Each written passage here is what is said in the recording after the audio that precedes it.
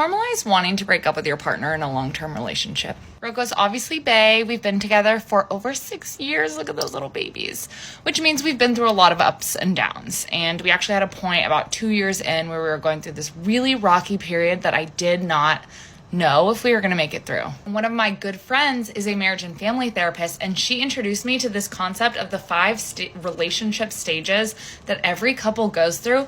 And let me tell you, it changed my perspective on relationships. So first we've got the honeymoon phase. This usually lasts about the first 6 months, and this shit is euphoric. Like literally your brain releases a chemical compound with dopamine and oxytocin and endorphins and makes you feel euphoria. It's addicting. This, unfortunately, can also make it easy to overlook red flags in a partner. Between about 6 months to that 2-year mark, we move on to the differences phase, which is where some of that euphoria starts to wear off. Conflict starts to emerge. You start to see your partner as a real person, and people have flaws, and it's tempting at this point to withdraw or fight about things. The third stage, the struggle, is really where I think Roko and I ran into issues. This happens at about the 2-year relationship mark. This is where deeper seated issues and incompatibilities arise, and it's centered around this idea of like the partnership starting to pull apart, partners becoming resentful of each other for taking away their individuality and wanting to invest more time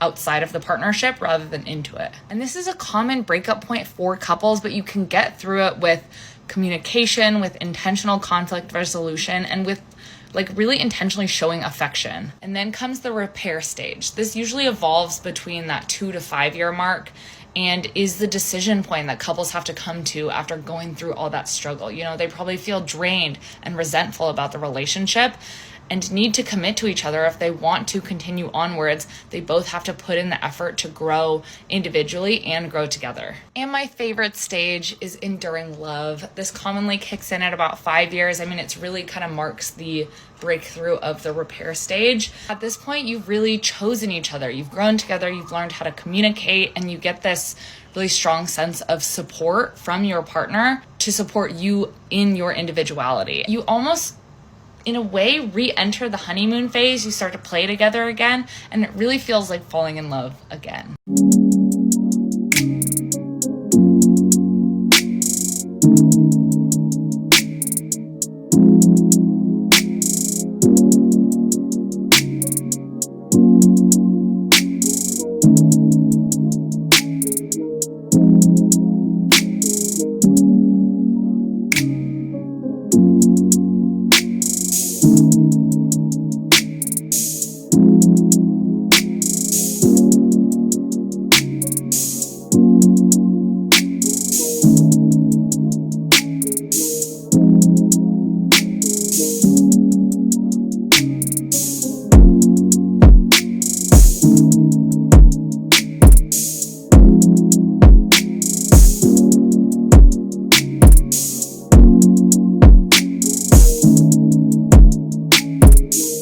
This is why you shouldn't scare your wife.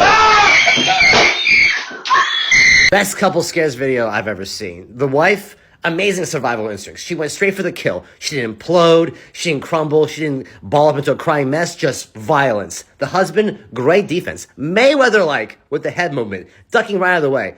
W's all around. Honestly, to me, this is couples goals.